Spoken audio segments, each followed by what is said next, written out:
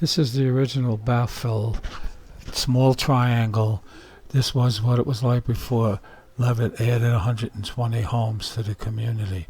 This is the newly doubled baffle, which we fought for and got by getting the engineers to admit the weir was too small. Now this is August 19, 2018. This is the same thing that happened in 2017. I call this an evolution of a flood. Now here we are a few days later, and it's coming in even faster. Notice our lakes are getting higher. This is the 25th, and it's coming in faster yet. And now the lake looks like it's about at the design level, and this is really fast. And the lakes are 8 inches above the design level. And this could have been avoided if we had the check valve instead of the ludicrous resident-operated sluice gate. This was a break in the August rain, I think the 30th. I sent an email to the community that if the rains continue, we'll have water in the streets, which we did get. And then if Irma came, we'd be in big trouble. This is our weir, August 31st, 2017. Just after the big rains of August, just before Irma came, and I had warned the community that we will get flooding if we get a hurricane in the next 2 weeks. The water is already backing up into the streets. There are other photos I have showing the water at the grate level in the streets. The water on the right side of the weir is coming from Sandy Lane, pushing into the other side of the weir, which the water is supposed to flow through the weir. And that triangular hole was smaller than it is now.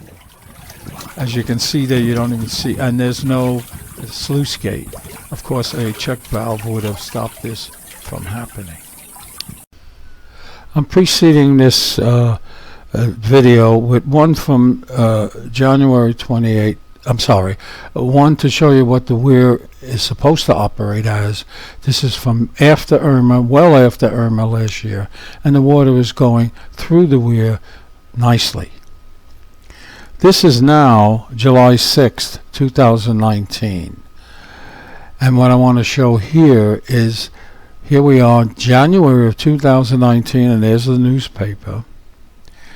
And water is already coming through the weir the wrong way into Lake 10, which is then connected to all the other lakes. And there's our wonderful sluice gate valve, and there's the water coming in like the valve isn't even there, where the automatic check valve would have done a better job. But this is January, and it's only trickling in, but here we go. We're starting to store water from the Bella Lago, the preserve or reserve community, and the Estero Parkway. And it was done by design by South Florida Water Management District years ago. We've been fighting this since 2006. There's the other side. The water's just coming in. Now here is July 6th, 2019, just a little over a month ago. And here's the paper for July 6th, 2019.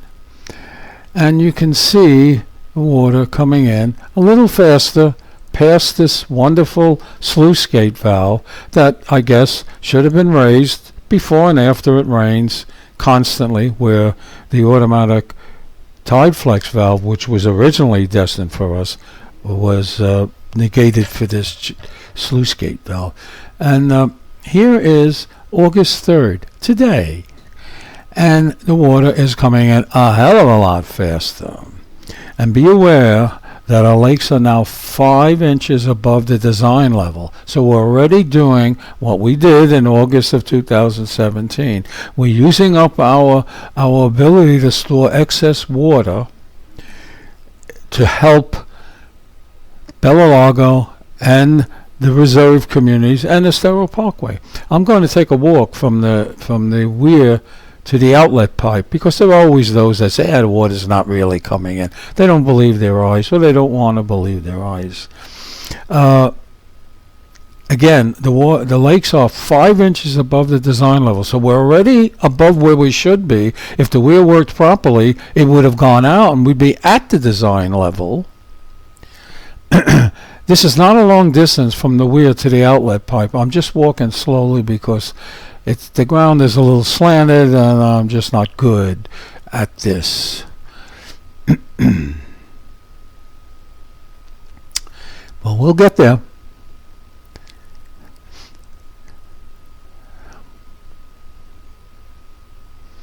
Now here we are at the exit pipe, and it's clear to me that the water is coming in rather than going out. So I'll throw a few blades of grass in there so you can see that. But what happened, they went by so fast, so I'll throw a bigger handful in there so you can see the water is coming in rather than going out. Here's the weir, and the sluice gate is at its uppermost position. It was just raised August 6th, a little late, to stop the backflow, and the backflow stopped. But there's a foot opening above that gate, and you compare that to the video that I just showed you, that the water was even above that opening. What will happen as the water rises this year? That last video was repeated so you'll appreciate the image you're about to see. Today is August 24, 2021. The lakes are 4 inches above the design level, and Sandy Lane Ditch is 6 inches above the design level. This image will have multiple interpretations. You'll see the sluice gate is at its top, and that was after 2 mass emails to raise it to its top before the rains that were coming our way. It is also keeping the higher Sandy Lane ditch water from coming in and raising our lakes as it did in 2017 before Irma. The tide flex valve, of course, would not have allowed water into the weir at all.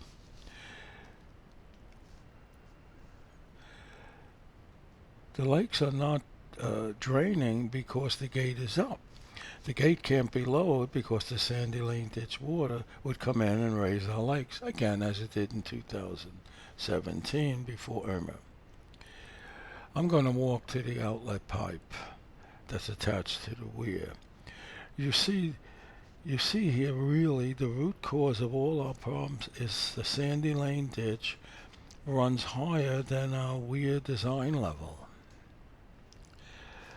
If the Sandy Lane ditch went straight to the railroad ditch, a mere 40 feet, we would be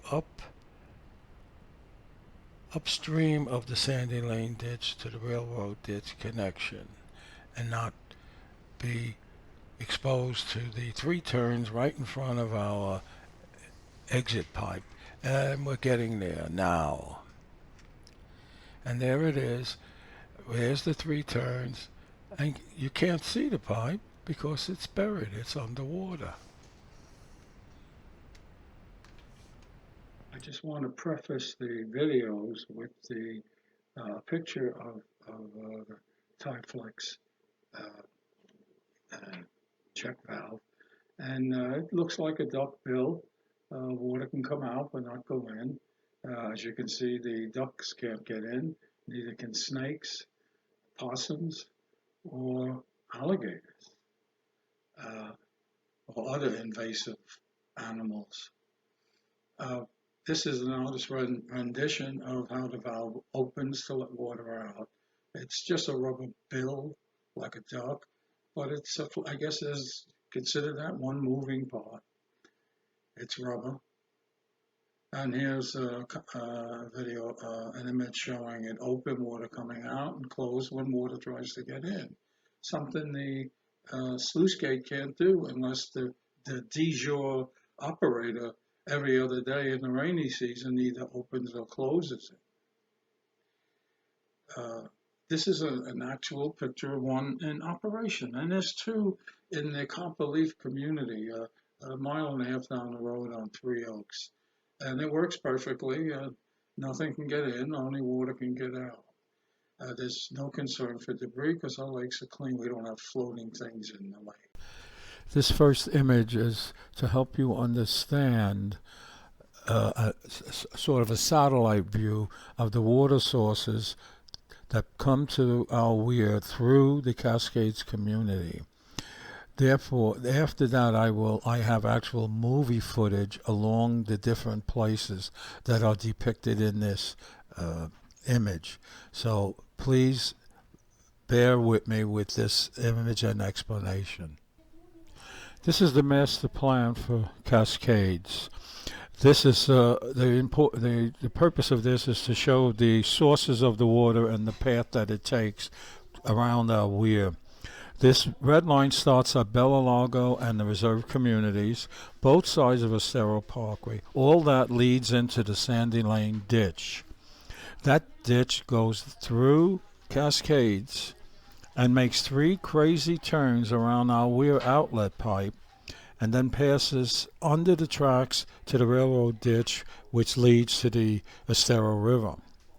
Notice the weir is the circle W, and the outlet pipe is the circled OL. There's also a water line from Lake 10 to the weir. Lake 10 is connected to all the lakes, so that's how our community drains. Notice also the 2 large red dots.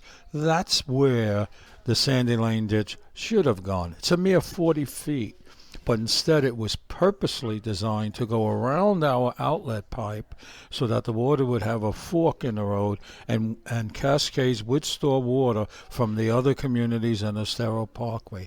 I had an email attesting to that way back, I think 2006 or 2007. That was a design approved by South Florida Water Management District. This is how we got where we are now, with our potential flooding again. Some additional information. Lakes 9, 11, and 12, they're designed that their banks can all overflow and become one giant lake without emptying into the road nearby, purposely designed that way. Lake 16, which was the late addition to this community, is gigantic. It can hold a tremendous amount of water. All our data, photos, videos, measurements, calculations, experience living on the Lake 16 has shown that before the Hurricane Irma, if we hadn't been filled up with water from other than our own rainfall, we would have been able to handle the total rain from Irma and not flooded our streets. And a lot of the streets, there was no flooding at the high end, and there was no flooding right outside our gate. Our streets flooded because our lakes overflowed before Irma even came to us, and then could not drain because of the continued pushback of water that was in front of our weir outlet pipe. This is indisputable, and I can't seem to get the world to see this. So I'm sending videos to the local TV stations and the newspapers and to the governor, and maybe someone will appreciate this. This is a satellite view of our area, and it tells you the whole story. The blue lines to the west of the railroad tracks are the 2 swales from US 41 to the railroad tracks. They go under Estero Parkway and connect to the railroad ditch, the blue line, which goes all the way to the Estero River. The red lines on the right are the swales east of the tracks, and those swales run all the way past the Cascades entrance. They connect with the water from Bella Lago and the water from the reserve and go into the Cascades Sandy Lane ditch. The distance between those red and blue lines is just a matter of a few feet.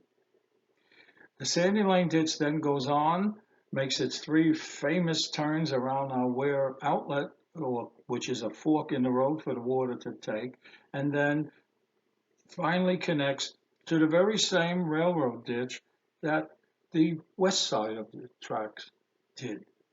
If this doesn't make you wonder how in the world did South Florida Water Management allow this to happen? And was it not their intention for Estero to Cascades to hold some water? This is a video that they did not want you to see.